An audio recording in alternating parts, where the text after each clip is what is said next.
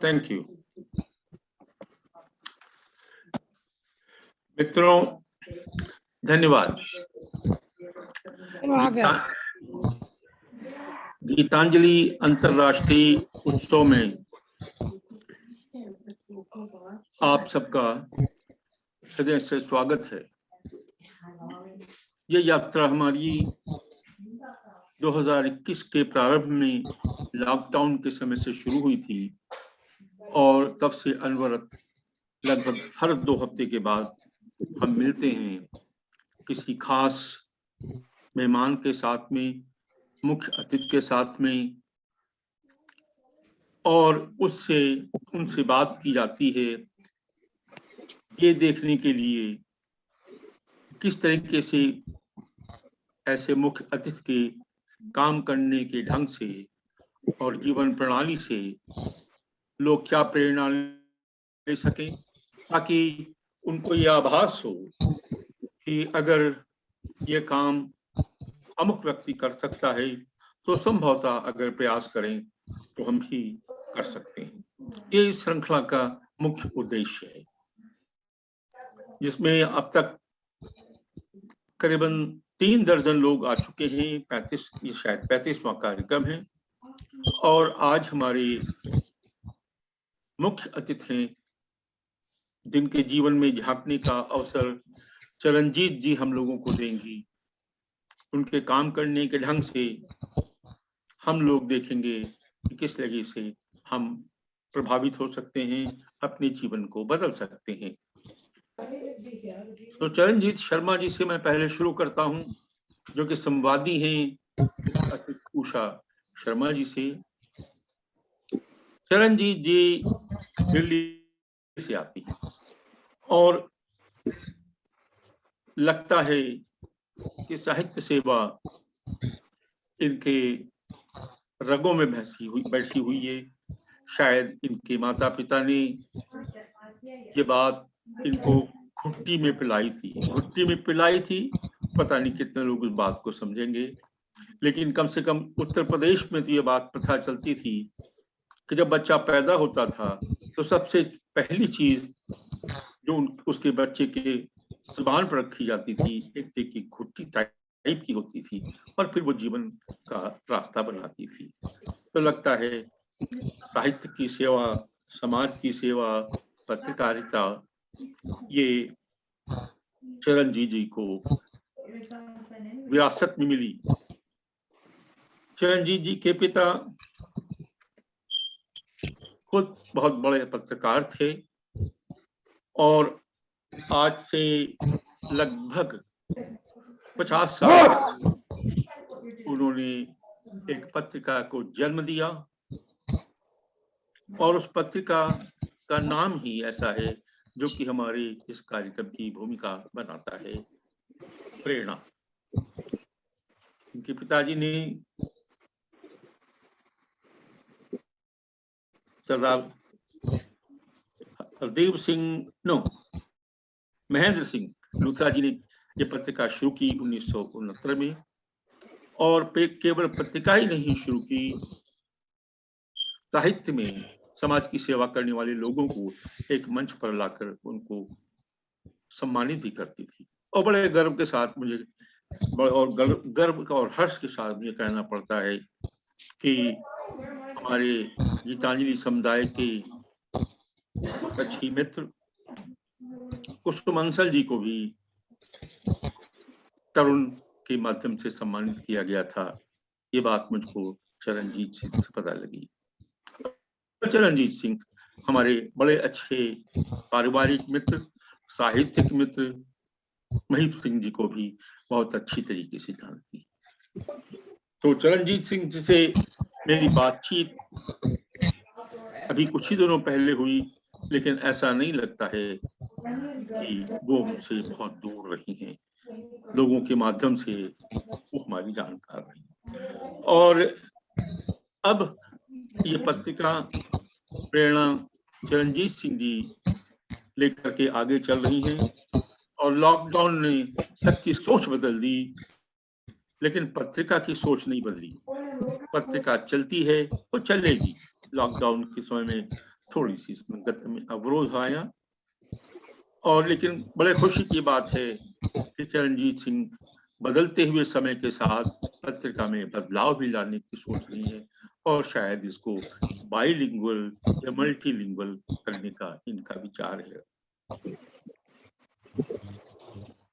चरणजीत सिंह खुद बहुत जानी मानी पत्रकार हैं। अंग्रेजी, हिंदी और पंजाबी में समान रूप से ये लिखती हैं और बड़े सम्मान के साथ आलेखों को, लेखों को, इनकी कृतियों को पढ़ा जाता है। तो ऐसे चरणजीत सिंह आज संवादी हैं और हमारी उषा और शर्मा जी से वो बात करके उनके जीवन से, उनके काम करने के ढंग से ये निकालेंगी तो किस तरीके से उन्होंने अपने व्यस्त जीवन में संघर्ष करते हुए इतनी अच्छी अच्छी उत्कृष्ट रचनाएं समाज को, संसार को दी। उषा जी एक भरे पूरे परिवार से आती हैं और खुशियां बचपन से ही इनके पास इर्द गिर्द रही हैं और इन्हीं खुशियों के बीच उषा जी का जीवन आगे बढ़ा है।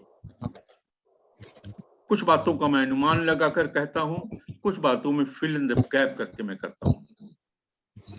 और उषा जी के अंदर साहित्य के बीज कहाँ से आ गए ये बड़ा मुश्किल बता पाना, क्योंकि जितना मैं जान पाया हूँ इनके इर्द गिर्द परिवार में सेनानी बहुत थे, लेकिन रचनाकार, लेखक मुझको नजर नहीं आया। लेकिन ये कहीं न कहीं से तो उन्होंने विरासत में लिया है। ये अहम ही नहीं होता, ऐसे ही नहीं होती ये बातें।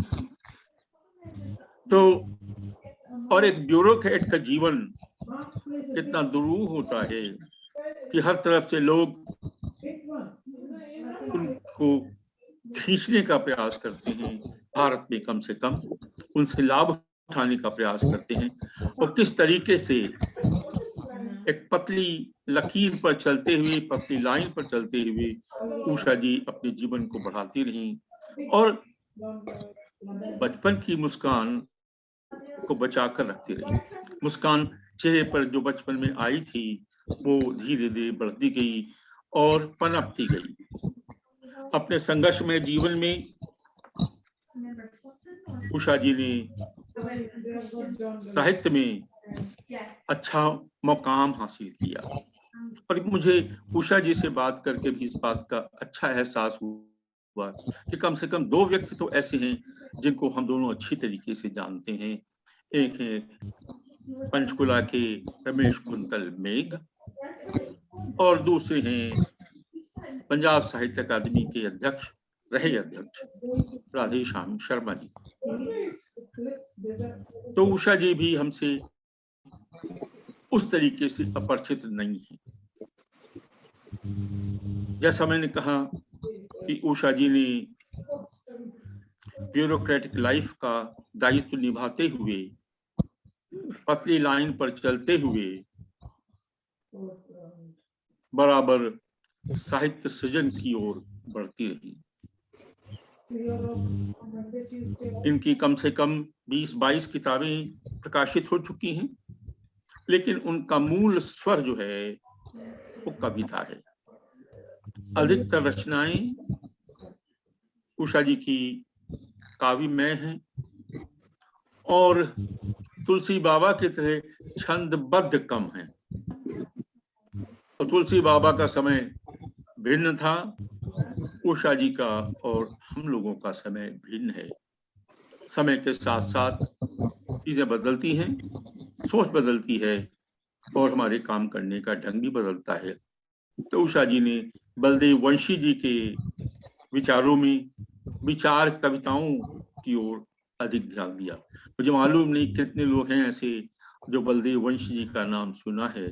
संभवतः चरणजीत जी ने तो दिल्ली में सुना होगा। तो बलदेव वंशी जी एक संत साहित्य के मर्मज्ञ माने जाते थे उनका कुछ 2-3 साल पहले देहांत हो गया। तो बलदेव वंशी जी आजकल की कविताओं को विचार कविता के नाम से संबोधित करते थे। तो चरण जी तो उषा जी की कविताएं बलदेव वंशी जी की परिभाषा के अंदर विचार कविता की श्रेणी में आएंगी, मुक्त छंद में आएंगी, फ्री वर्स में आएंगी। लेकिन एक लाइन जो चरण जी ने गुनगुनाई थी, उससे लगता है, उषा जी की लाइन गुनगुनाई थी, उससे लगता है कि उषा जी की कविताओं में लयबद्धता तो जरूर है, जो हम आज सुन पाएंगे। फ्री वर्स भले ही हो, निर्झरणी की तरह भले ही बहती हो, लेकिन वो गद्य कविताएं नहीं है, लगता है वो लहर निर्झरणी की तरफ बहती हुई लयबद्ध कविताएं अवश्य। और चरणजीत जी किस तरीके से पूरे कार्यक्रम को नियोजित करती हैं, ये बाद में न पता लगेगा जब वो हम लोगों को अवसर देंगी उषा जी की कुछ कविताओं को सुनने का। तो ऐसे दो, और अभी तक हमारे इस कार्यक्रम में फुल टाइम ब्यूरोक्रेट तो नहीं आया था, तो उषा जी का आगमन इस श्रृंखला में पहला है जिसमें ब्यूरोक्रेट को लेकर के आ रहे हैं। और संभवतः आज से 4-6 हफ्ते बाद एक और नाम है जिसको उषा जी जानती हैं, वो उनको भी हम लेकर के आएंगे। वो 1985 बैच के आए हैं फ्रॉम गुजरात कैडर, गिरीश चंद्र मुर्मू, जो कि कश्मीर और जम्मू के पहले उपराज्यपाल थे। तो ये हम देखेंगे उनको बुलाने का, जिस कार्यक्रम में वो फंसे हुए हैं वहां से उनको समय निकाल पाना आसान नहीं है, लेकिन उन्होंने इच्छा जाहिर की हुई है कि हम वो आएंगे।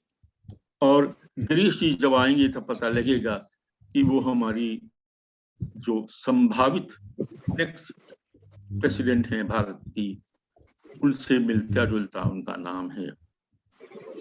तो इस तरीके की रूपरेखा है रहती है हमारे इन कार्यक्रमों की।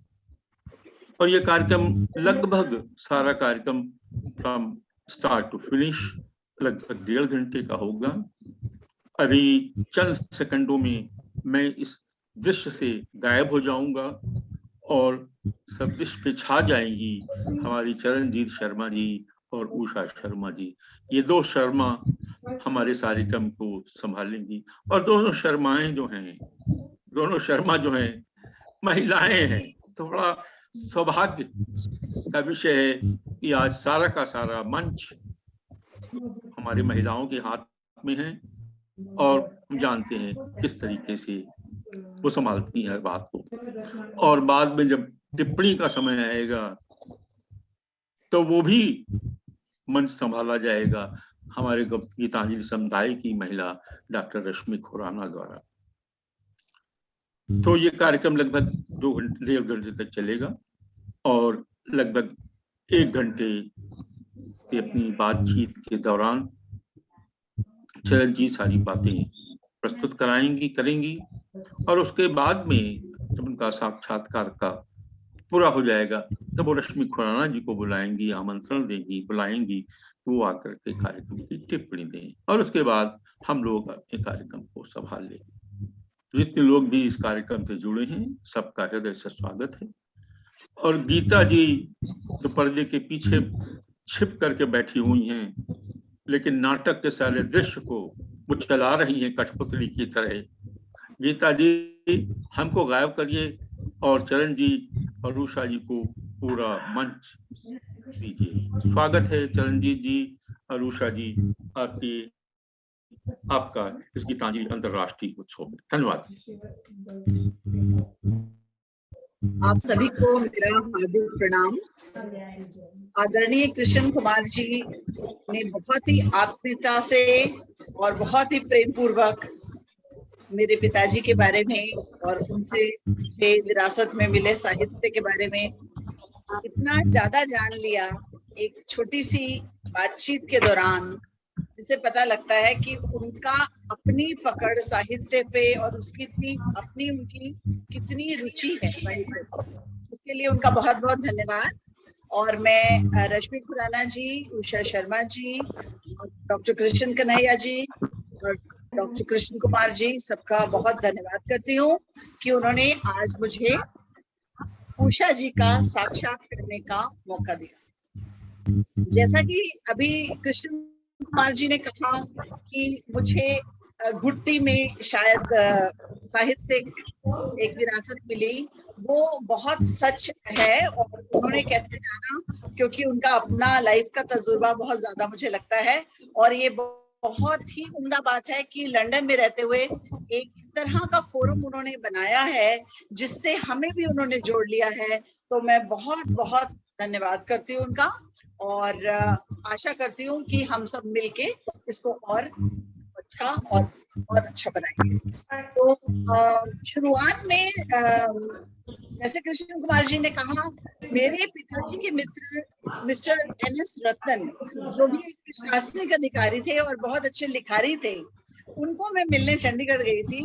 और उषा जी मुझे उनके कमरे में बैठी हुई अपनी कुछ साहित्यिक गतिविधियां डिस्कस कर रही थी। ये मेरी उषा जी से पहली मुलाकात थी और वो अभी भी वैसी ही लग रही हैं जैसी मैंने उनको 96 में देखा था।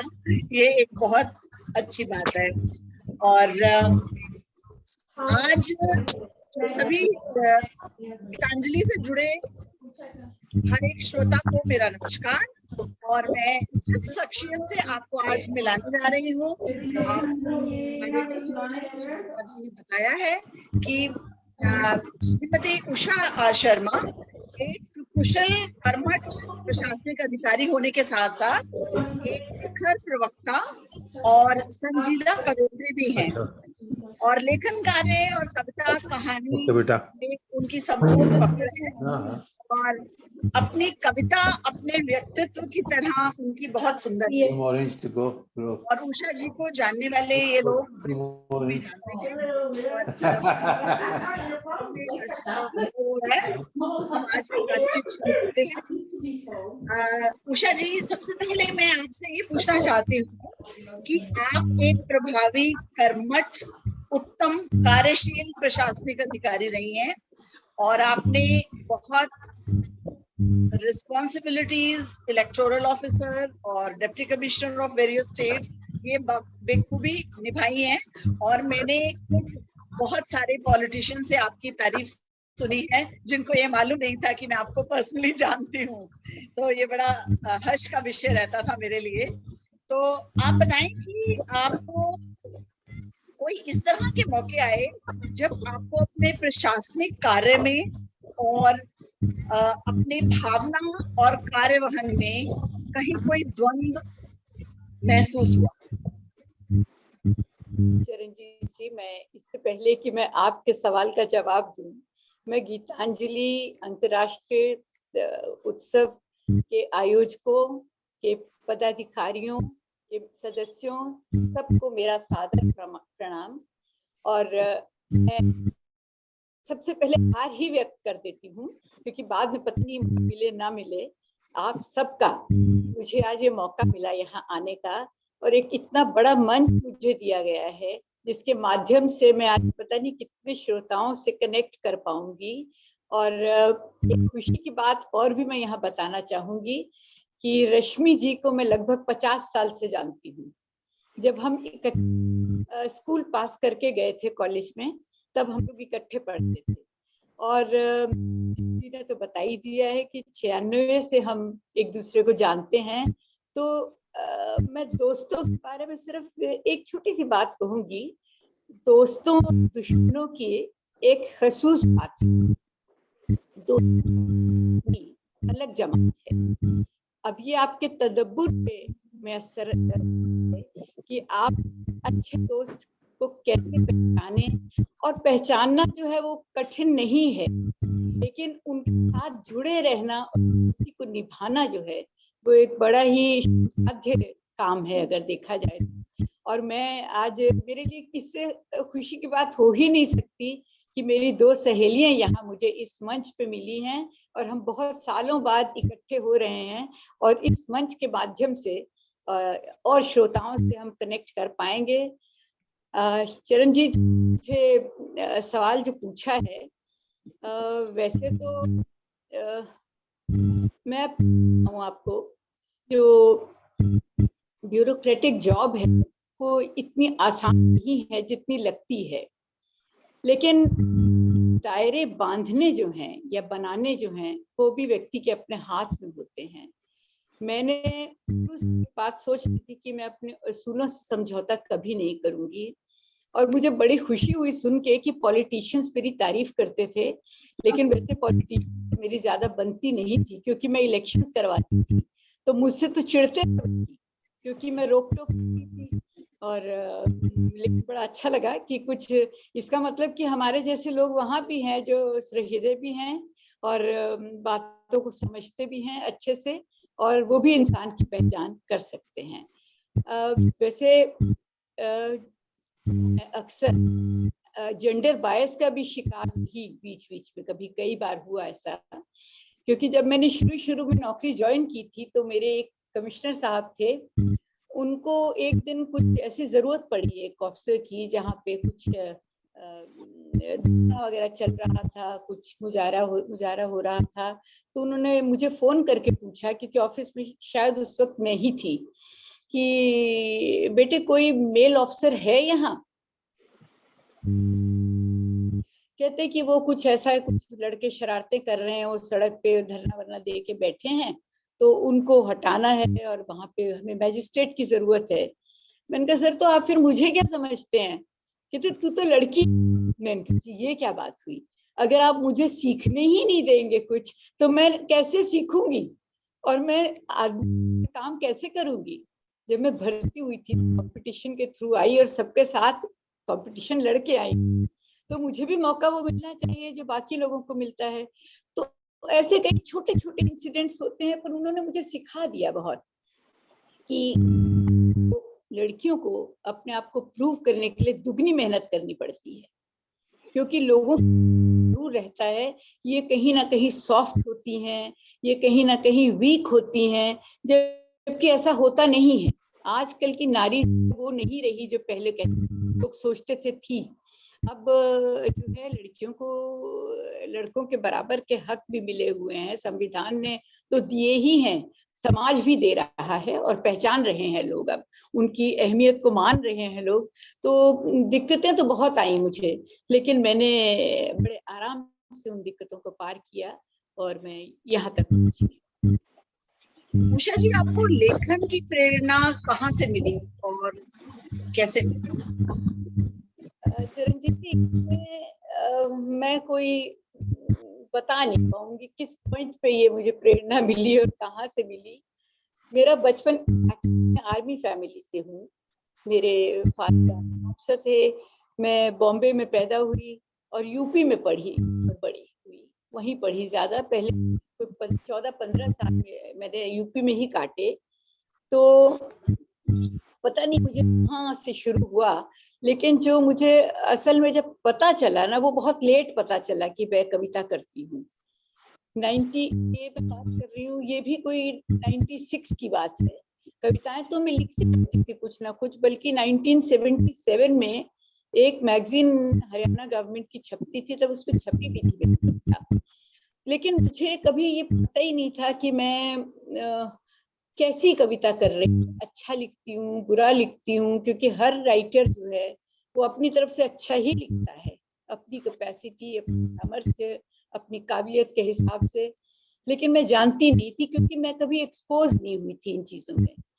तो 96 में जब मैं इलेक्शंस हो रहे थे, तो मुझे वहाँ कुछ जो पत्रकार दोस्त थे मेरे, उनको पता नहीं कैसे पता चला, क्योंकि बातचीत से तो पता लग जाता है कि कभी कभी कोई बात हो जाती थी, तो वो मुझे कहने लगे कि आप क्या लिखती हैं, दिखाइए तो सही। तो मैंने उनको कविताएं सुनाई, तो उन्होंने मुझे ऐसी प्रेरणा दी कि मेरा लिखना शुरू हो गया। 97 में जब अकेडमी में गई तो वहां भी कभी कभी बोर्ड लेक्चर होता था तो मैं कुछ स्क्रिबल करती रहती थी। तो मेरे बैचमेट्स, जो उस वक्त मेरे बैचमेट्स थे, वो पूछते थे कि आप क्या लिखती हैं इतना बोरिंग लेक्चर में, और आप इतनी रिलीजियसली नोट्स बना रही होती हैं। मैंने कहा अरे भैया कौन नोट बना रहा होता है, मैं तो कुछ लिख रही थी, तो ऐसे कविता लिखी छोटी मोटी। कहते सुनाइए, तो मैंने उनको सुनाई। वो कहने लगे पर ये तो अच्छी है। उसके बाद जब मैं भारत दर्शन पे गई, तब मैं 12 दिन में 17 कविताएं लिख के लाई। और मैंने अपनी अलमारियां खोली, अपनी किताबें निकाली, अपने पेपर्स देखे, ढूंढे, और तब मैंने 97 में अपनी पहली किताब छपी। और तब से ऐसा शुरुआत हो गई कि मैंने फिर पीछे मुड़ के नहीं देखा। और फिर आप लिखते ही चले गए। एक वर्ग आकाश जो है, इसका दिल्ली में आपका इस काव्य का विमोचन हुआ। मिस्टर दिल्ली में आपका वो दूसरा काव्य था, दूसरा काव्य रचना थी, एक वर्ग आकाश। तो मेरी पहली किताब, जो दूसरी किताब वो थी पिघलती सांकलें, और भोजपत्र में बीच इकट्ठी आई थी। एक तो आपके थ्रू ही रिलीज हुई थी, आपको याद होगा, ढींसा साहब ने की थी दिल्ली में, आपके किसी प्रोग्राम में जी।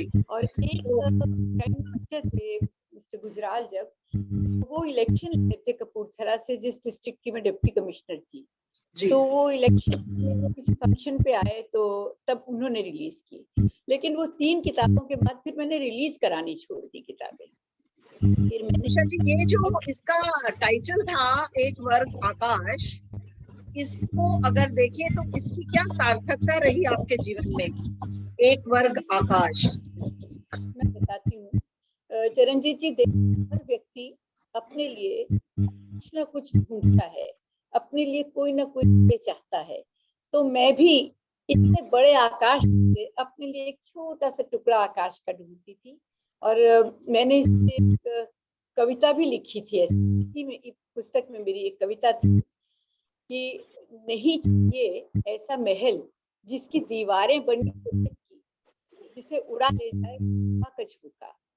नहीं चाहिए महल जिसकी दीवारें बनी लकड़ी की, जिसे जड़ कर दे कोई दीमक। नहीं चाहिए ऐसा महल जिसकी दीवारें बनी कांच की, जिसे तोड़ दे पत्थर की गोली।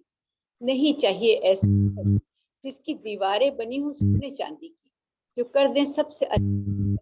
मुझे तो चाहिए घर जिसकी न दीवार, न छत, न दरवाजे हों तेरी। मुझे तो चाहिए एक ऐसा घर जहां मैं जी सकूं और मर कर भी पालूं। सो मुझे उस आकाश के टुकड़े की तलाश थी, उस वक्त मैं कर रही थी। उसी को ध्यान में रखते हुए मैंने अपनी इस पुस्तक का नाम एक वर्ग आकाश रखा। और आपने एक आपका मुझे एक खास वक्तव्य याद है कि मैं नहीं हूँ मीरा, त्याग की मूर्त।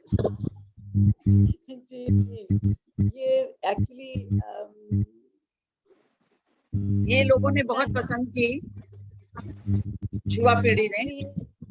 आई नो, एक्चुअली एक लड़की है जिसकी जो वो अपने कविता मैंने उसको ध्यान में रखते हुए कि लड़की को लोग क्या समझते हैं, या तो प्रतिमा बनाना चाहते हैं मीरा की तरह, जो किसी आजाद के लिए विष का प्याला पी ले स्वीकार करते, या उसको रुक्मिणी बनाना चाहते हैं, या उसको अहल्या समझ बनाना चाहते हैं, जो किसी राम की प्रतीक्षा करती रहे।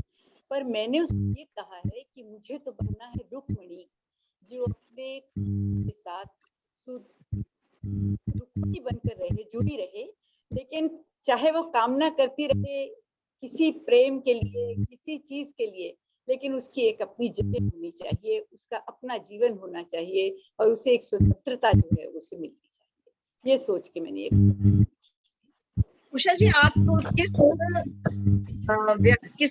किस महिला के व्यक्तित्व से बहुत प्रभावित हुई, जिन्होंने आपकी प्रशासनिक और दूसरे निजी जीवन में देखिए एड ऑन किया? मैं शायद इस मामले में बहुत ही दकियानूसी कह लीजिए या कुछ कह लीजिए, मैं तो अपनी मम्मी से बहुत प्रभावित रही हूँ।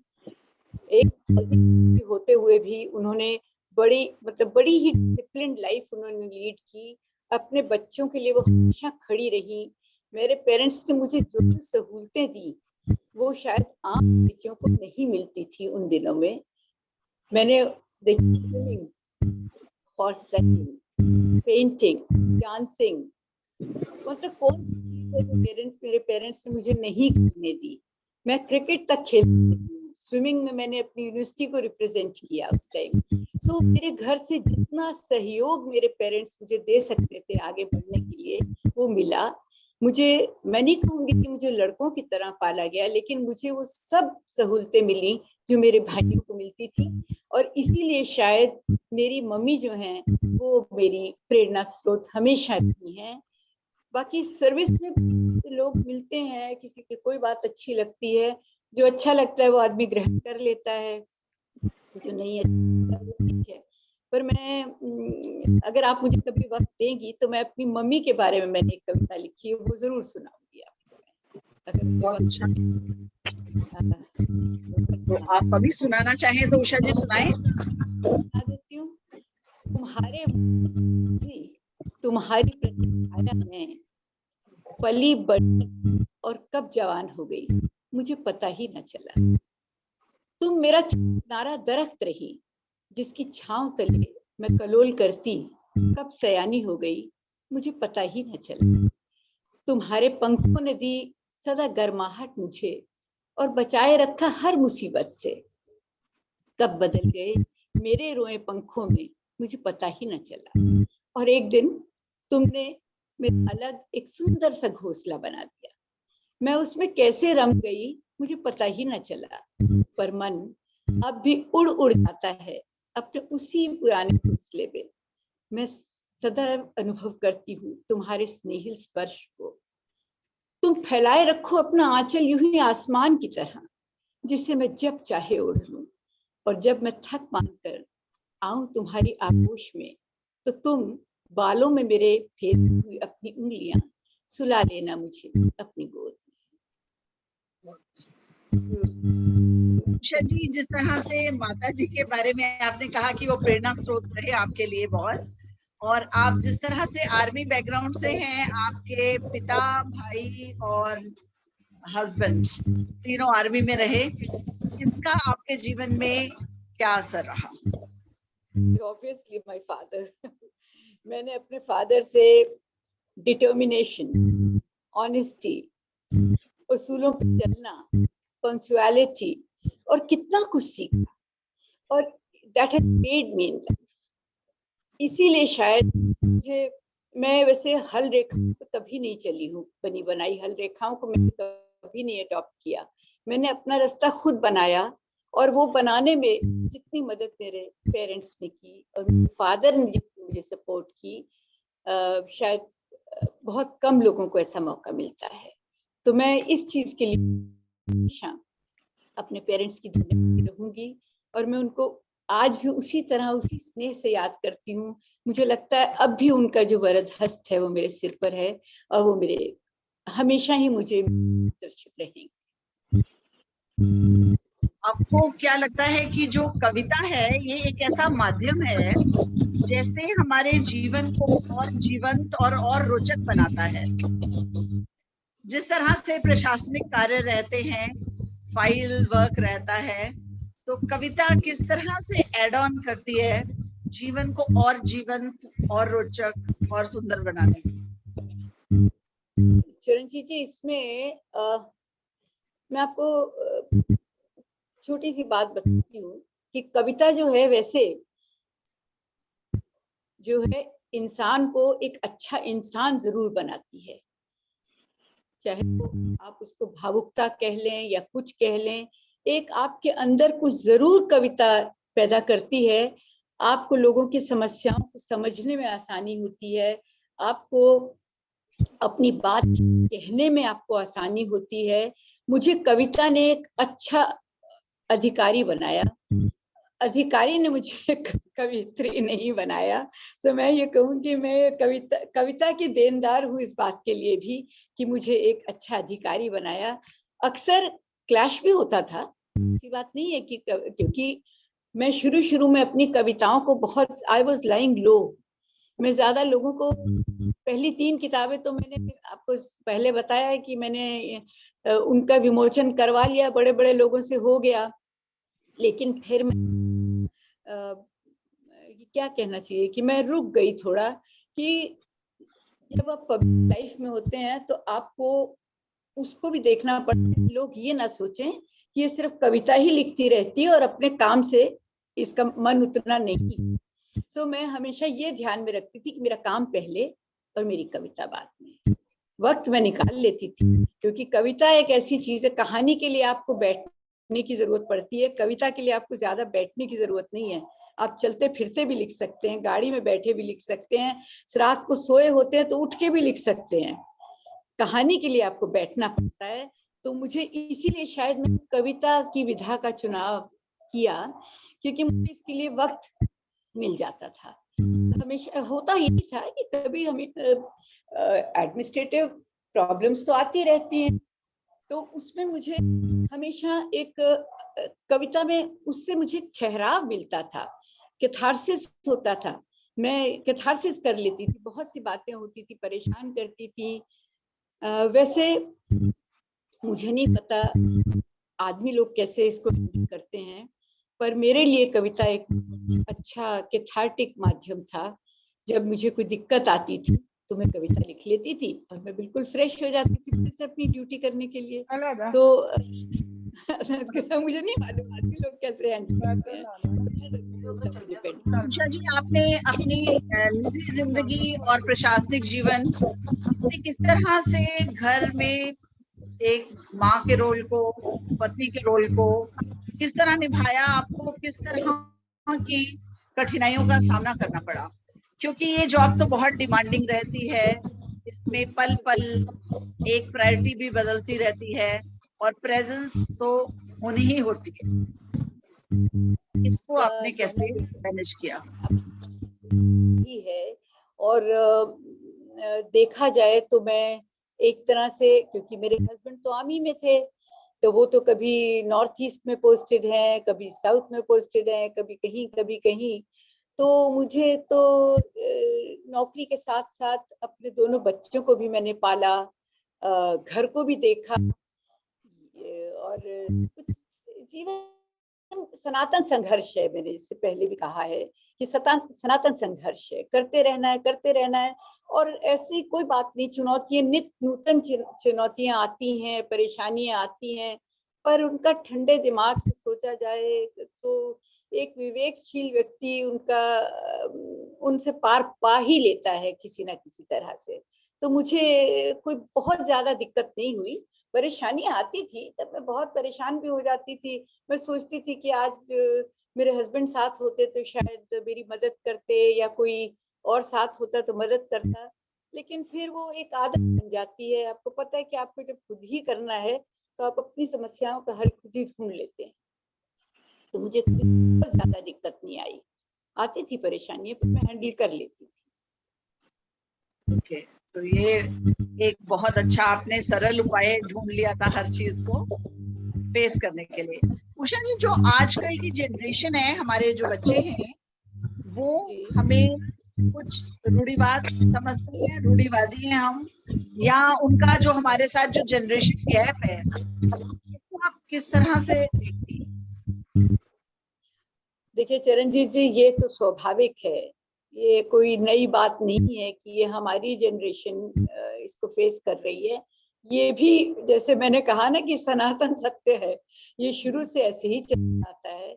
एक जनरेशन जो है दूसरी जनरेशन के लिए कभी भी इसमें तालमेल बैठाना कोई बहुत आसान नहीं होता है। आजकल के बच्चे जहां से हमने किया है वहां से वो शुरू करते हैं। जहां हम लोग कर रहे हैं अपनी लाइफ को, वहां से उन्होंने शुरू किया है, क्योंकि उनको वो सब प्लेटर पे मिल गया जो हम लोगों ने फिर भी कमाया है। तकलीफें कुछ है, उनको सब कुछ पहले से ही मिल गया। तो उनकी रिक्वायरमेंट्स, उनकी अपेक्षाएं जो हैं वो बढ़ गई हैं, उनकी उम्मीदें हैं वो बढ़ गई हैं। जनरेशन गैप तो हमेशा रहेगा, लेकिन आपकी फर्मनेस पे डिपेंड करता है, आपके तरीके पे डिपेंड करता है। You have to draw a line somewhere, you have to tell your children कि दिस इज दिस, यहाँ तक ये दायरे यहाँ तक हैं, उसके आगे तुम्हारी जिंदगी है और मेरी भी एक जिंदगी है। तो उसमें फिर दिक्कत आती नहीं, अगर आप सॉर्ट आउट कर लो इन चीजों को। थोड़ी बच्चे आजकल हैं तो प्रॉब्लमेटिक तो हैं। अब हम छोटे छोटे बच्चे देखते हैं, मैं अपने नाती देखती हूँ, अपने पोता देखती हूँ, वो लोग मोबाइल के बिना रह ही नहीं सकते। अच्छा, अब हम बच्चों को सिखाते हैं कि इनको मोबाइल क्यों देते हो भाई, ये नहीं, ये मम्मी खाना नहीं खाते हैं जब तक इनको मोबाइल ना दिया जाए। इनका हमारे टाइम में तो मोबाइल होता ही नहीं था, बल्कि ना हम लोग टीवी को छू सकते थे, ना हम लोग वो, हमारे टाइम में तो स्पूल वाला वो होता था, टेप रिकॉर्डर भी, और बच्चों को स्विच ऑन करने की भी परमिशन नहीं होती थी। पेरेंट्स को कहते थे जब, तभी हम लोग छूते थे, नहीं तो नहीं। अब तो अब हम लोग खुद बच्चों की वेट करते हैं कि भाई वो टीवी रहा है, तुम जल्दी आओ इसको ठीक कर दो, क्योंकि बच्चे अब बहुत आगे बढ़ गए हैं, उनको अवेलेबल है चीजें। हमारे टाइम में शायद सुविधाएं इतनी नहीं थी जो अब आ गई हैं, तो उससे जब सुविधाएं वगैरह मिल जाती हैं, उनको उनके लिए फाइट नहीं करना पड़ता है। जब तक वो अपनी लड़ाइयाँ खुद नहीं लड़ेंगे, वो शायद समझेंगे नहीं। ये वही जनरेशन गैप है, वो अपने आप उनको आहिस्ता आहिस्ता समझ आ जाएगी। पर ये आदमी, माँ बाप यही सोचते हैं कि कहीं बहुत देर ना हो जाए समझ आने में।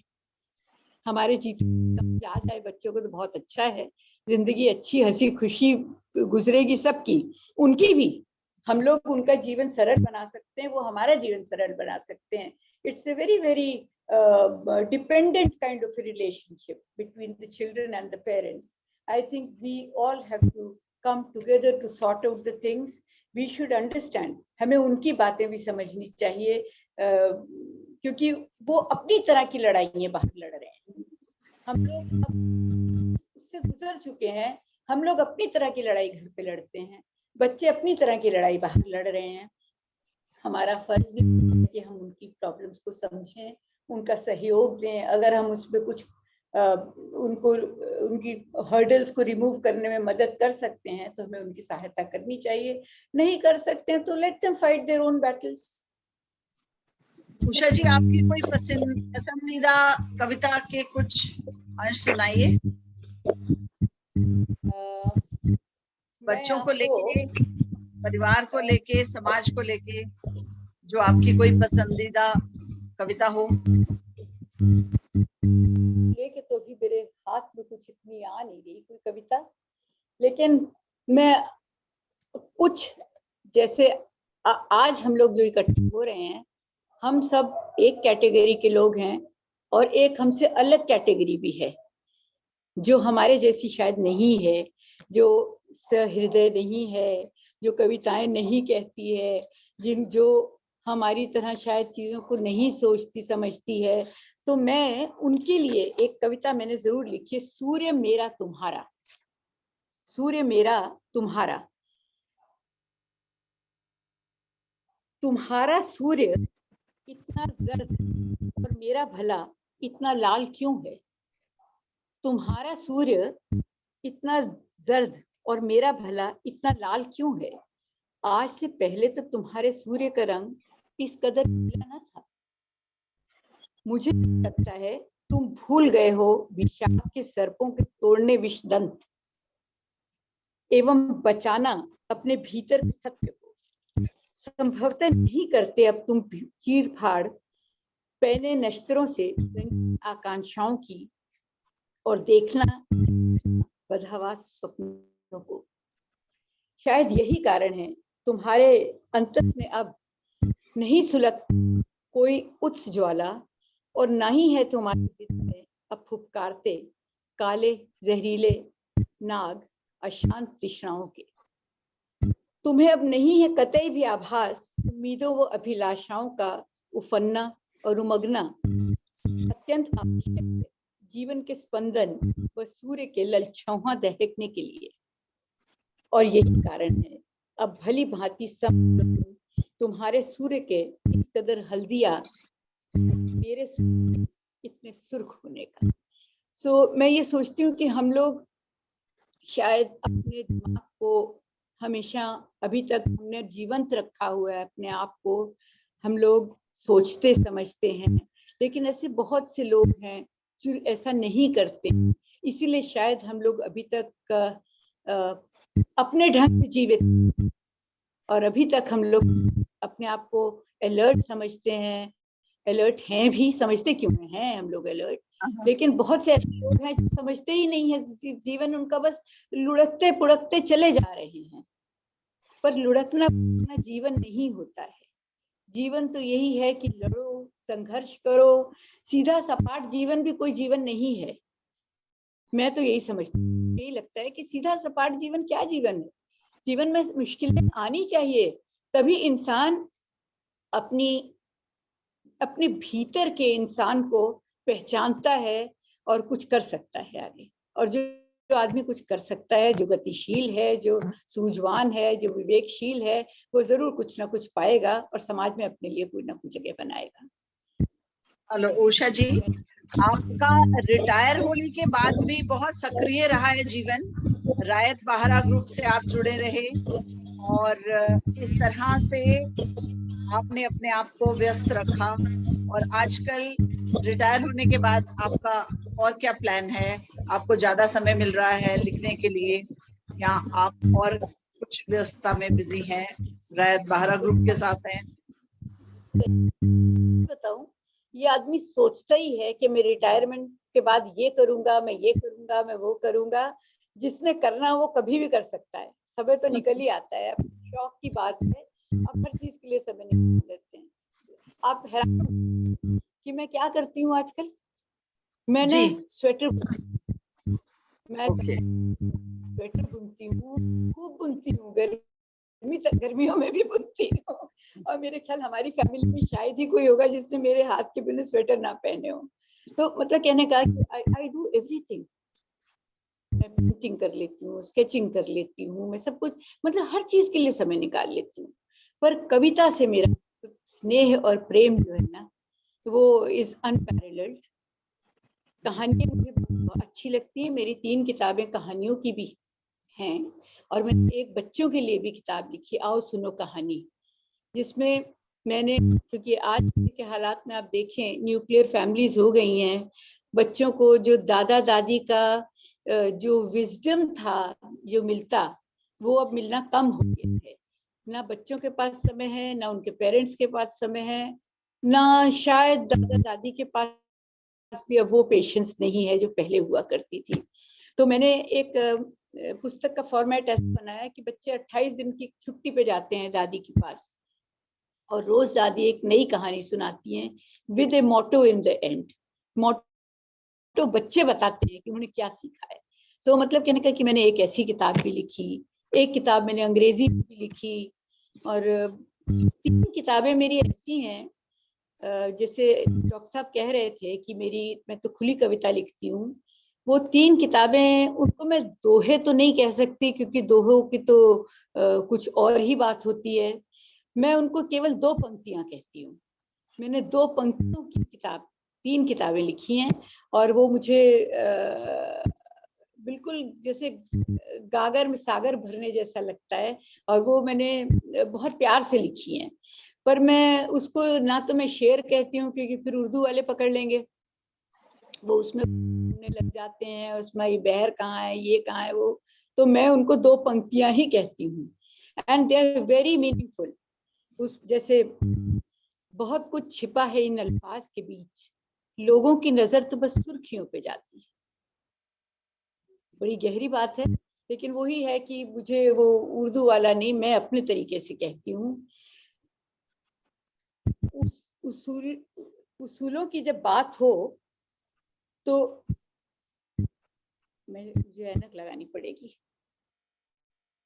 उसूल की जब बात हो, टकराने से न डर, उसूलों पे चलना तो जीने मरने की बात। मेरे ख्याल किसी परिंदे से कम नहीं, ये हैं तो मैं हूँ, ये नहीं तो मैं नहीं। एक लाइट मूड में है, ढूंढते हुए खुद को मैंने कई बुत तराए, परेशान हो गया हूं अब इतने खुदा बना के। घटा टोप अंधेरा है पर डरता नहीं हूं, दिल के भीतर मैंने कंदील जला रखी है। तो जब मेरे पास ज्यादा समय नहीं होता है कविताएं लंबी लंबी लिखने का, तो फिर मैं ऐसी छोटी छोटी बातें लिखती रहती हूँ और फिर वो मुझे बहुत अच्छी लगती हैं, फिर उनको मैं जोड़ के फिर उनकी मैं पुस्तक बना लेती हूँ। तो मुझे इस काम के लिए वक्त तो कहीं भी कभी भी मिल जाएगा, तो मैं ढूंढ लेती हूँ काम के लिए वक्त। उषा जी, आपके लेखन को लेके कुछ लोग कुछ रिसर्च वर्क कर रहे हैं, और कौन सी विधाएं हैं ऐसी जिन पे वो कार्य हो रहा है? मेरी ना कविताओं पे तो 2 एमफिल्स हुई हैं, एक कहानियों पे हुई, गुरु नानक देव यूनिवर्सिटी में भी हुई है, कुरुक्षेत्र यूनिवर्सिटी में भी हुई है, और अब एक पीएचडी हो रही है मेरी कविताओं पे। वो डॉक्टर राजेश शर्मा हैं, वो कर रहे हैं पीएचडी। तो कुछ कुछ लगा रहता है, जिनको कुछ अच्छा मिल जाता है। तो अब मैं नहीं कहती कि मैं बहुत अच्छा लिखती हूँ या मेरी सब किताबें बहुत एक्सीलेंट हैं, इस तरह तो नहीं हो सकता है। लेकिन अगर आप 40 कविताएं लिखते हैं, लोगों को 20 भी पसंद आ जाएं, तो योर जॉब इज डन। आप कहीं लोगों को टच करते हैं, तो आपको यही एक बहुत खुशी देती है बात कि आपने कुछ काम की है जो लोगों को पसंद आई है। और उषा जी, अभी आप ये बताएं कि अभी आपका प्रेजेंटली अभी आप क्या लिख रहे हैं? कोई काव्य, कविता, अभी कुछ आपका कोई संस्मरण कुछ आने वाले हैं अभी पब्लिकेशन होके? अभी मेरी एक रिसेंटली एक किताब आई, अहमक हूं ना, अहमक हूं ना। तो वो उस तरह का ही है कि जैसे अहमक हम उन्हीं से करते रहे सलाह, बिछाते रहे करने को हमें तबाह। तो उन्हीं से हम लोग अहमक हूं ना। तो मैं देखती हूँ कि मैं बहुत सी बातें ऐसी कर जाती हूँ कि मुझे बाद में लगता है कि नहीं, मुझे ये शायद नहीं करनी चाहिए थी। एक वैसे राइटर को और एक एडमिनिस्ट्रेटर को ये बात कहनी नहीं चाहिए, पर मेरे ख्याल अगर अपनी कहीं कमी आदमी को महसूस होती है, पता लगता है, तो कोई बुरा भी नहीं है एडमिट करने में। तो मैं अभी मेरी रिसेंटली अहमक हूं ना वो आई है, और अब मैं एक अपने बेटे की हेल्प कर रही हूँ। उसने एक किताब लिखी है, उलझनों के पार। एक्चुअली मैंने जब शुरुआत की थी लिखने की, तब मैं इंग्लिश में लिखती थी। तो शायद यूपी में रहने से मुझे हिंदी से कुछ प्यार था, और पता नहीं डेवलप हो गया ये over the time. I develop love for Hindi, तो मैंने हिंदी में शुरू कर दिया। एक किताब लिखी, फिर बीच में हार्ट टू हार्ट। मेरा बेटा, वो भी उसको भी शौक आ गया लिखने का, तो वो अंग्रेजी में हिंदी कविता लिख के लाता था मेरे पास।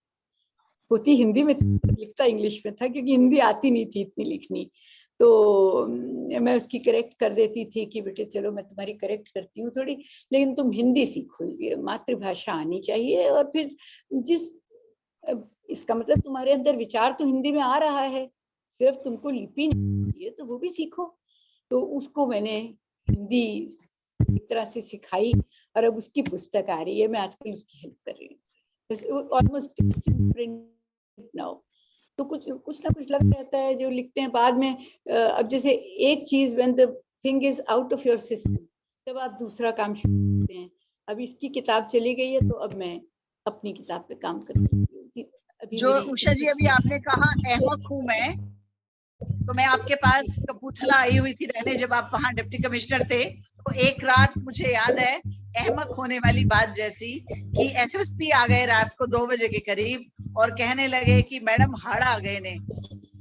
वहां पर आपके एरिया में फ्लड्स बहुत आते थे, तो आपने बोला रात को 2 बजे गाड़ी निकालो फटाफट।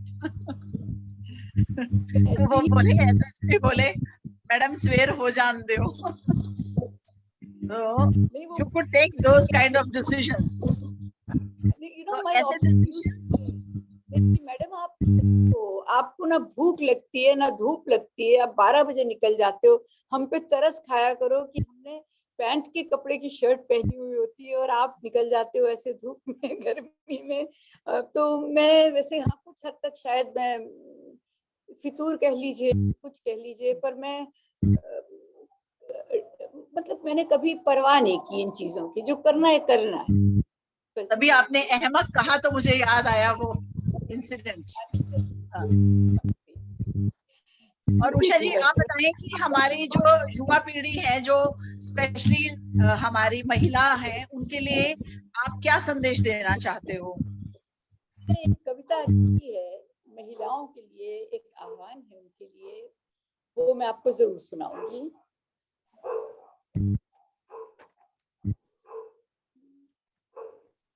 मुझे बार बार ऐनक लगानी पड़ती है।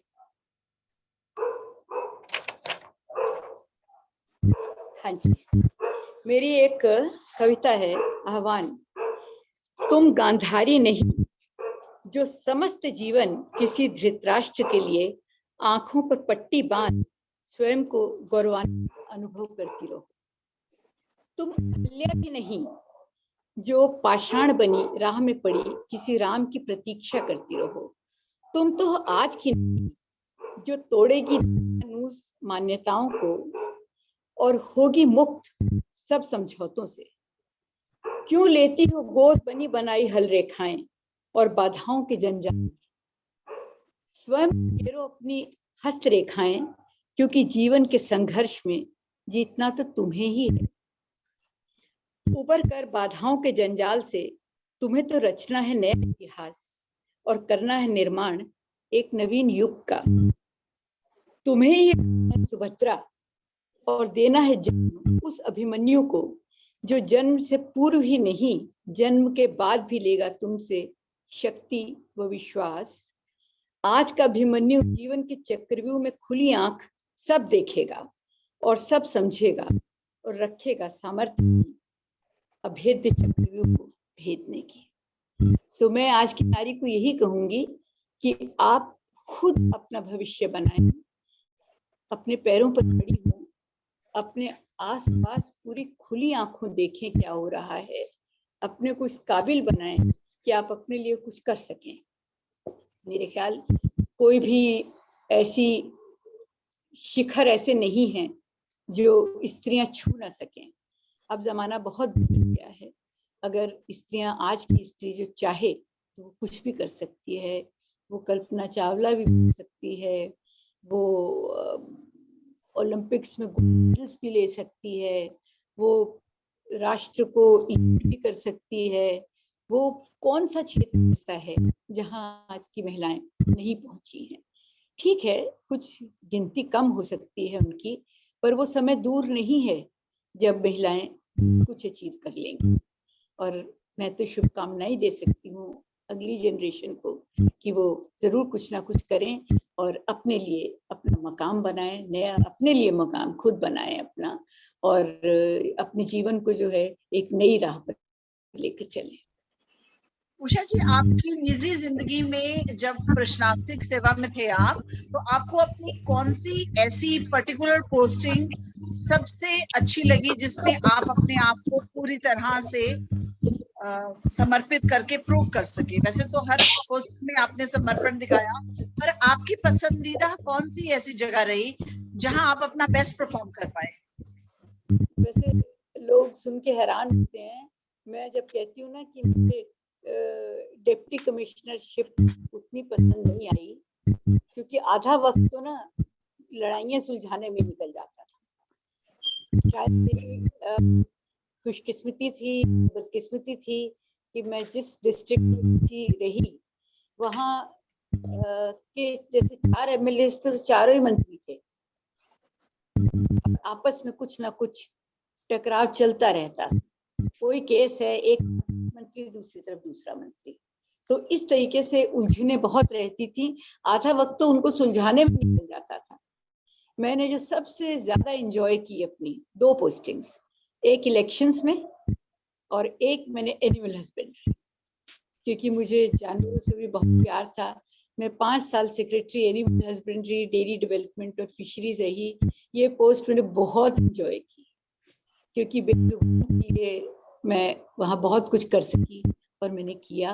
और इलेक्शंस में तो मुझे मजा ही बहुत आता था, क्योंकि वहाँ मुझे किसी से डायरेक्शंस नहीं लेनी पड़ती थी और मैं बहुत अच्छे से काम अपना कर सकी।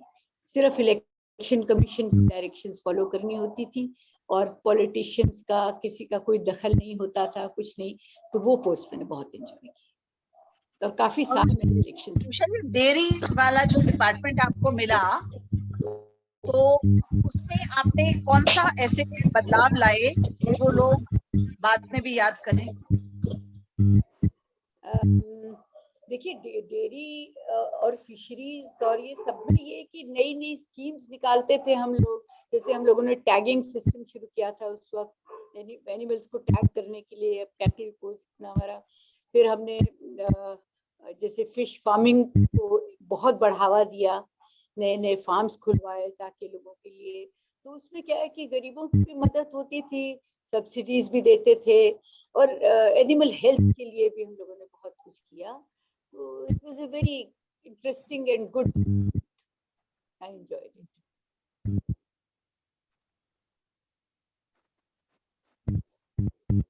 और आप अपने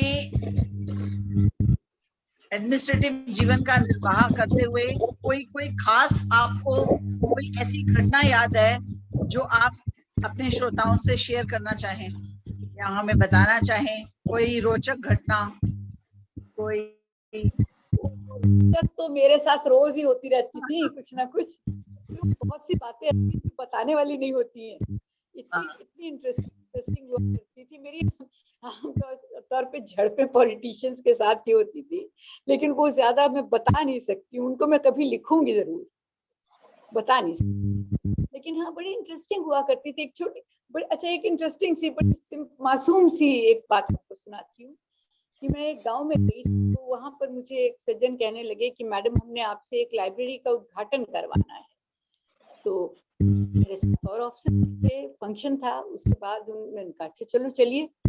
हम गए तो उनके घर में एक दीवार में एक छोटी सी नीश बनी हुई थी और उसपे एक पर्दा लगा, उसमें उन्होंने अपने बच्चों की किताबें रखी हुई थी। वो लाइब्रेरी का उद्घाटन किया मैंने।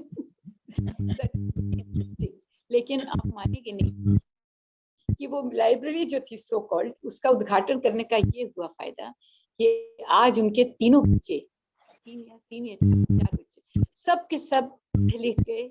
उनको एक इतना मोटिवेशन मिली उनको कि एक डिप्टी कमिश्नर हमारे घर आके हमारी लाइब्रेरी का उद्घाटन करके गया है।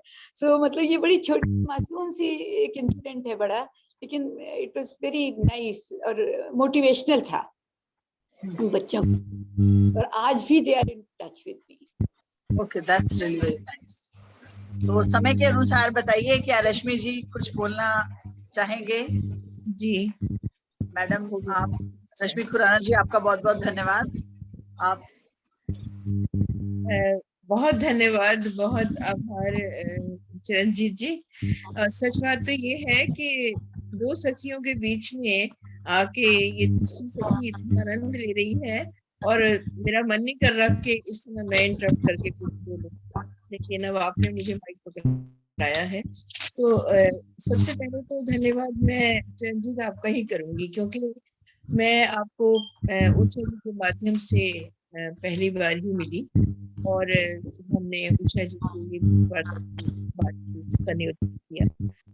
सबसे बड़ी बात ये है कि आपने जितने भी सवाल किए वो पारंपरिक स्टाइल में नहीं किए, कब जन्म हुआ आपका, फिर कहाँ पढ़ी और ये किया। आपने बात वहां से शुरू की जब ये चरम शिखर पे थी। आपने उस प्रशासनिक सेवा के दौरान से बात जहाँ पे आदमी ठीक पहुंचता, तो ये एक अलग आपका स्टाइल है।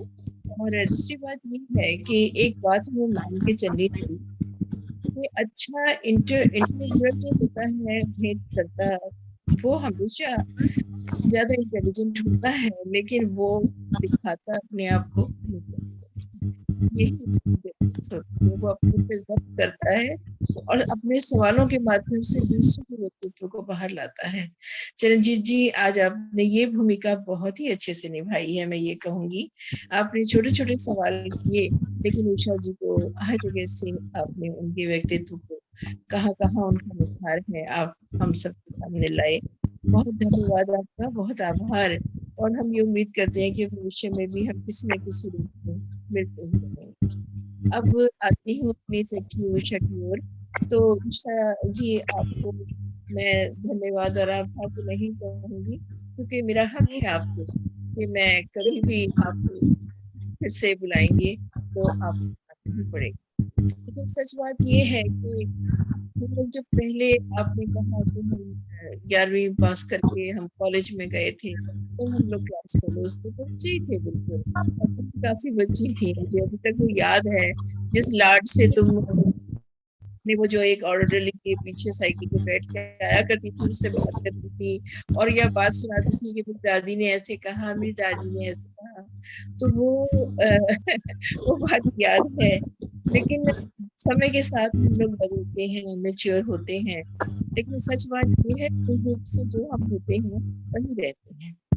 और जो आपकी जीवन में एक टैग लाइन आप निकालते थे, वो ये है कि सीधा सा पाठ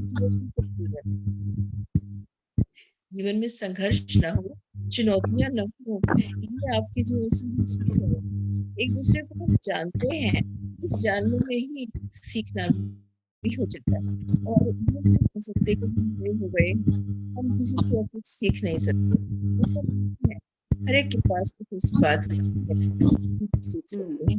तो हमारे श्रोताओं लोग, हमारे दर्शकों, ये बात जरूर अनुभव की हो कि एक जो प्रशासनिक अधिकारी जो है, जो एक लेखक भी है, वो ये कहता है कि सीधा साधा क्या है, मोर चैलेंजेस। तो जो चुनौतियां स्वीकार करने की बात होती है ना, ये अपने आप में बहुत बड़ी बात है।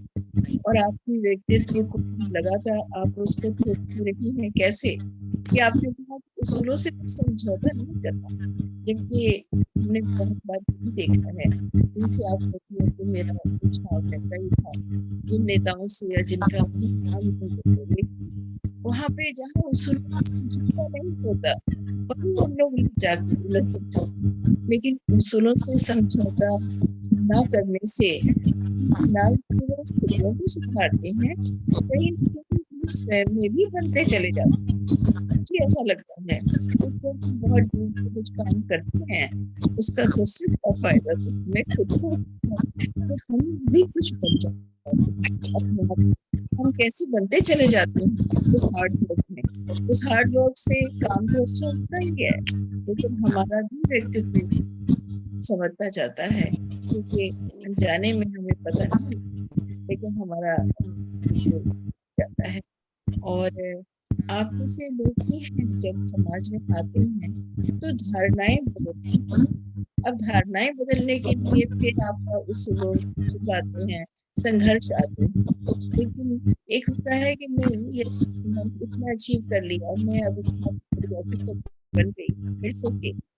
लेकिन जब हमें धारणाएं जो बदलनी होती है, तब हमारा कहीं ओके नहीं होता, तो आगे चल सो चल होता है और नित नया संघर्ष बात। और मैं आपको प्रेरणा स्रोत की मैंने हमेशा, जब पहले आपको याद होगा आपको, तो आप इलेक्शंस वाले इलेक्टोरल ऑफिसर के रूप में ही आई थी। जब मुझे तो शक्ल भी भूल गई थी आपको मेरी, मुझे आपकी, लेकिन आपके स्टाइल में एकदम मेरे टन कहीं दिमाग में किया था और आपको मैं पहचानी, ये तो मेरे साथ है। तो उस समय भी मैंने ही इंटरव्यू किया था, और उस इंटरव्यू के दौरान एक तो मैं सवाल कर रही थी और एक अंदर मेरे सवाल चल रहे थे। वो सवाल ये चल रहे थे, ऐसा होना चाहिए ऑफिसर जिसके आपके पास कागज नहीं था और सारी इंफॉर्मेशन आपको ऐसे जैसे ना उंगलियों के पोरों पे आप ऐसे ऐसे करके बात कर रही, ये करना चाहिए, ये होना चाहिए, ये होना चाहिए, जैसे रटा हुआ है ऑफिसर आया है। आपको क्या पता मैं क्या सवाल करने वाली हूँ, और आपके पास हर फिगर अच्छी ऑफिसर की पहचान यही होती है, अपना हक को जहन में इतना पक्का कर लेता है, अपनी भूमिका को वो इस तरह निभाता है। तो जब हम भूमिका को सच्चाई से निभाते हैं तो फिर क्या होता है कि हमें कोई हरा नहीं पाता। कितनी प्यारी बात आपने आज कही है चाची, कि मैंने सबसे ज्यादा एंजॉय किया एनिमल हस्बेंड्री में मुझे डाला, और दूसरा कौन सा विभाग आपने किया। मुझे पता है, मैं सब जानती हूँ और हम सबको पता है, आपको मेन स्ट्रीम से हटा के उन्होंने एक तरफ किया था, लेकिन जिसको जो करना होता है वहां भी उसको सार्थक रूप में करना। आपने उस समय को आप बहुत सार्थक रूप में आपने उस समय को पार किया, और बल्कि ये कहना चाहिए कि किसी को रश करना चाहिए कि पोजीशन भी बनी रही, डिपार्टमेंट में गया, पे भी कर लिया, और कुछ कितना कुछ भी किया उसने, अपनी कितनी किताबें भी बना दी। और किताबों के बारे में ये कहूंगी कि मुझे कुछ रचनाएं जो में जिक्र हुआ था कि कुछ रचनाएं आपकी ऐसी भी हुई हैं कविता के अलावा, जिनमें आपने अपने अनुभव हैं उनको, जिसमें क्यों ना कहूँ शायद ऐसी एक किताब है आपकी कि जिसमें आपने कुछ अपनी बातों, है ना, है। तो मुझे आवाज आपकी कम आ रही है गीता जी, तो ऐसा आपने किया है। और बाकी तो पिघलती सांकलें बहुत अच्छी है, वो नई नई आई थी, मुझे याद है अभी तक, तो वो भी सब उन रूढ़ियों को तोड़ने की बात थी। तो हम बढ़ तो जाते हैं, पर कई बार अक्सर ये होता है कि संतुष्ट होकर बैठ जाती है कि एनफ नाउ, मैंने अचीव कर लिया है। लेकिन आप उनमें से नहीं हैं, और हमारा जो ये गीतांजलि का मंच है, हम उन्हीं का स्वागत करते हैं जो कभी ठहर नहीं जाते किसी जगह पर, जो आगे से आगे बढ़ते ही जाते हैं, और जो प्रेरणा बनते हैं और ये कहते हैं कि ये है तरीका और चलिए इसको आगे बढ़ते। और फिर हम बात हमेशा उन लोगों का ही आदर करते हैं, सभी आज चाहे वो जनरेशन भी एडवांस हो जाए, कुछ जगह हैं जो सबकी आज भी कॉमन है, जो है हमारे माता पिता। माँ को आज भी आपने अपने अंदर जिंदा रखा हुआ है, और इतनी प्यारी कविता सुनाई है, और सच कहा है आपने कि जो आपने माँ का जीवन देखा, आपने उस समय भी देखा होगा कि नॉन फैमिली स्टेशंस पर भी आपकी माँ अपने आपके भाई बहनों के साथ आपको लेकर रहती थी, वही जीवन आपको भी मिला, आपने उसको उसी तरह से उस संस्कार को लेकर आगे, तो बहुत अच्छी बात है। और इसके अलावा बहुत सी बातें हैं उषा जी आपसे, तो कि स्वतंत्र व्यक्तित्व है आपका, और आज भी आप ये कहती हैं कि हाँ ये स्वतंत्र ही होना चाहिए, ठीक है। लेकिन फिर भी ये कहूंगी कि हमारी जनरेशन शायद ऐसी है, हम लोग आधुनिक होते हुए भी कुछ और तरह के आधुनिक, हम झंडा उठाते हैं, हम रिवोल्ट करते हैं, लेकिन सीमाओं को तोड़ना एकदम नहीं चाहते। हम घर की सीमाओं में रहकर संघर्ष करना जानते हैं। ये जो बहुत हम ये देखेंगे कि आज ये हो गया है कि हम जल्दी से घर टूट जाता है, तो इससे भी ज्यादा संघर्ष वो होता है जब हम घर की सीमाओं में रहकर व्यक्तित्व को एस्टैब्लिश करते हैं और स्वतंत्र रूप से अपनी बात मनवा देते हैं, और अपने को मजबूर करते हैं इस बात के लिए कि यहाँ पर 90 जगह में झुककर 10 जगह अपनी बात, तो आप भी करती ही नहीं है, मुझे ये बहुत पता है। कविताएं जो हैं, आपने अच्छा कहा, कविताओं के माध्यम से आपने बहुत कुछ अपनी उलझने जो है ना वो सुलझा ली है, बहुत अच्छी कि उनसे ही आप अच्छी प्रशासनिक अधिकारी बनती हैं, क्योंकि वो एक संवेदनशील हृदय जब हमारे मन में होता है तो दूसरों की समस्याओं को समझता है। ये बात हम प्रशासनिक अधिकारियों को खासतौर पे, वैसे ट्रेनिंग में कहीं जरूर बताइए, ह्यूमन रिसोर्स तो हर जगह है, तो लेकिन फिर भी इसका वास्तव में स्वीकार करना और इसको करना, कार्य रूप देना जो है आसान नहीं होता है। लेकिन जिन दिनों में आप कमिश्नर थी, आपको नहीं पता, लेकिन जैसे होता है कि हमारी कोई सखी बन जाती है जब कुछ, तो हम फिर उसके बारे में कोई खबर होती है तो बड़े ध्यान से सुनते हैं। उसके बारे में आपको नहीं पता कि एक बात ये बहुत ही लोकप्रिय हो गई थी, हमारे जलंधर तक आया करती थी कि आजकल उषा शर्मा ऐसी अधिकारी हैं कपूरथला में, जिनका रात को 2 बजे भी अगर कोई स्त्री दरवाजा खटखटाएगी तो वो दरवाजा खोलेंगी और बात करेंगी भी है। लेकिन एक पक्ष जो थोड़ा सा चरणजीत शायद उसके जमीन से निकल गया, वो मैं आपसे बीच में कभी थोड़ा सा समय लेके ये बताऊं कि उषा आपने बहुत कुछ किया है, पर एक जो आपने अदाकारा का रूप है ना अपना, तो आषाढ़ का एक दिन, वो उसमें मल्लिका का चरित्र, उसके बारे में बताइए कि वहां आपने अपने आप को अभिव्यक्त करते हुए कैसे अपने आप को पूर्ण समझा था और क्या देना चाहा था, क्या दे पाई या कहीं रह गई?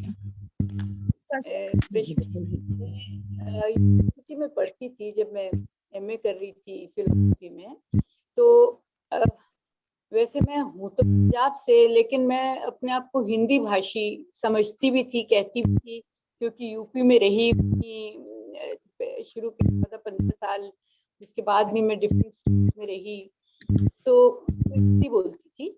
तो I was observed for about 2 months and then I was offered this role कि हिंदी लड़की होती है। तो जब हाँ, और उस वक्त मैं अपने फादर के पास गई कि ऐसे ऐसे मुझे एक प्ले में काम करने के लिए कह रहे हैं, तो मुझे तो नहीं आता। कहते you are a brave girl, you must take it up, देखो करो कुछ अपने आप देखो। तो मैंने वो रोल किया और शायद उस वक्त मुझे नुएंसेस समझ, तो because I was young that time, तो वैसे जो रोल था उस वक्त उस तरीके से समझ तो नहीं आया था, लेकिन धीरे धीरे फिर मैं उसमें जब रह गई, 1 महीना रिहर्सल्स हुई चली, तो मुझे समझ में आने लगा कि वो क्या है और कैसे कालिदास और है। बहुत लोकप्रिय हुआ था वो, और मैंने आपका नाम भी बहुत हुआ था उसमें।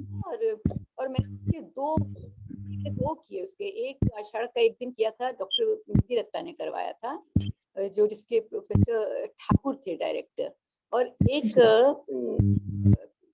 थिएटर डिपार्टमेंट वालों ने किया था, मैंने उसमें किया था।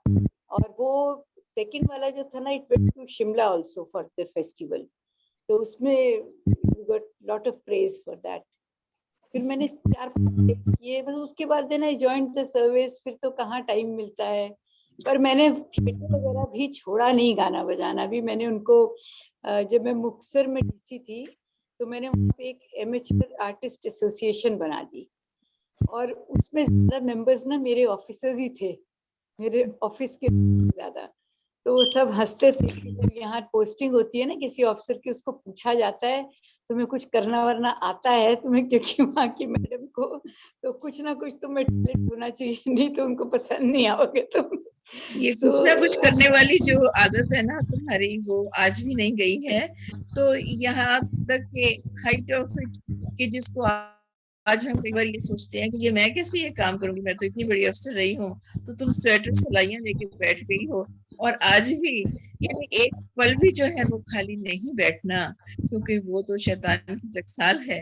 तो हमारी उषा शर्मा जो है वो तो सार्थक कुछ ना कुछ करने का और क्रिएटिविटी का जिससे मुजस्मा है, जितना जागतिक उदाहरण है, और आज भी दिख भी रही हैं, पढ़ भी रही हैं, बच्चों को भी सिखा रही हैं, संस्कार रूप में भी आगे दिया है आपने। दूसरी बात ये होती है कि स्वीकार करने की भावना और एक सकारात्मक एटीट्यूड जो हम आपने नई जनरेशन के लिए कहा। तो नई जनरेशन देखते हैं, कुछ बातें अजीब महसूस करते हैं, लेकिन फिर भी हम सकारात्मक रूप से उनके साथ भी खड़े हो जाते हैं, क्योंकि मैं अपने आप में ये समझती हूँ कि आज जो जनरेशन है उसके यहाँ हमेशा ये रहा है कि अगर आप अपने साथ जोड़ना जी अपने साथ जोड़ना चाहते हैं तो पहले उनके साथ जुड़ जाइए, पहले जुड़ जाइए, तो देखिए आप कि वो भी आपके साथ जुड़ जाएंगे और शायद आप अपनी बात कर पाएंगे और कन्वे भी कर पाएंगे।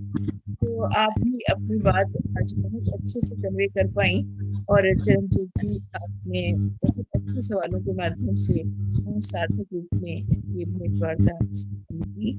हम उम्मीद करते हैं कि हमारे सभी श्रोताओं ने बहुत एंजॉय किया। डॉक्टर कृष्ण कुमार जी को है जिन्होंने ऐसे सवाल पूछे मुझे कि मैं कुछ अच्छा जवाब दे पाई उनका या जो रेलेवेंट थे मेरे लिए, तो ये तो इनकी है ना जो हमारा मकसद ना कटघरे में आपको लाना था, सिर्फ आपसे दो बातें सुनना और 2 घड़ी चलो चलते चलते बैठना था।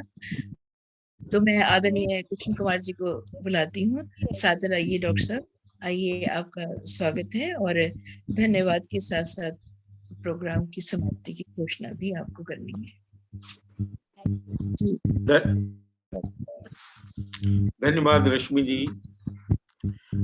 कार्यक्रम की सार्थकता तो हमारे श्रोता ही बताएंगे, लेकिन महिलाओं ने, जैसा कि हमेशा होता है, जिस तरीके से हर मंच को संभाला है जीवन में, आज भी संभाला और इस कार्यक्रम को अपने पड़ाव तक पहुंचाया। बहुत बहुत धन्यवाद उषा जी, आपने समय निकाला, गीतांजलि के लिए थोड़ा समय दिया, गीतांजलि के श्रोताओं के लिए, दृष्टाओं के लिए आपने बड़ी प्रेरणादायक बातें बताई कि समय तो आपको निकालना पड़ता है अगर आप करने की इच्छा हो आप में। और चरणजीत जी, आपने भी उसी तरीके से बड़े ही गंभीर प्रश्नों को बड़ी सहजता से पूछा, चेहरे पर मुस्कान हमेशा रखते हुए पूछा और उसी मुस्कान के साथ उषा जी ने उत्तर भी दिया। बहुत बहुत धन्यवाद उषा जी आपको, चरणजीत जी आपको, और रश्मि खुराना तो अब गीतांजलि परिवार का अंग ही हो गई हैं और गीतांजलि को अपनी ऊंचाइयों पर ले जाने के लिए तत्परता से लगी हुई है। एक से एक नई योजनाएं लेकर आती हैं। मेरा सिर्फ काम है उस पे एक रबर स्टैंप लगा देना कि हाँ चलते हैं इसके अंदर। बहुत बहुत धन्यवाद रश्मि जी। और गीतांजलि समुदाय से, इस कार्यक्रम से जुड़े हुए जिन लोगों ने साथ में सुना और देखा और जो लोग YouTube और Facebook से जुड़े हुए हैं, उन सबको भी बहुत बहुत धन्यवाद। अगला कार्यक्रम 17 तारीख को होगा, 17 जुलाई को होगा, जिसमें सैन डियागो से आएंगी डॉक्टर कमला सिंह और उनसे बातचीत करेंगी हमारे गीतांजलि समुदाय की ही स्वर्ण तलवार जी। इसी समय इसी प्लेटफॉर्म पर 17 तारीख को और उसके बाद का कार्यक्रम 31 तारीख को होगा, उसकी सूचना हम बाद में देंगे। और इस कार्यक्रम के इस साथ साथ, इस बात के साथ साथ मैं और सबको धन्यवाद देना चाहूंगा जो इस कार्यक्रम से जुड़े हुए हैं। बार बार धन्यवाद देना चाहता हूं क्योंकि यही वे लोग हैं जो इस विचारधारा को, इस विचार को लेकर के आगे जाएंगे और लोगों तक पहुंचाएंगे। और इसके साथ मैं आज के कार्यक्रम की समाप्ति की घोषणा भी करता हूं। बहुत बहुत धन्यवाद आप सबका।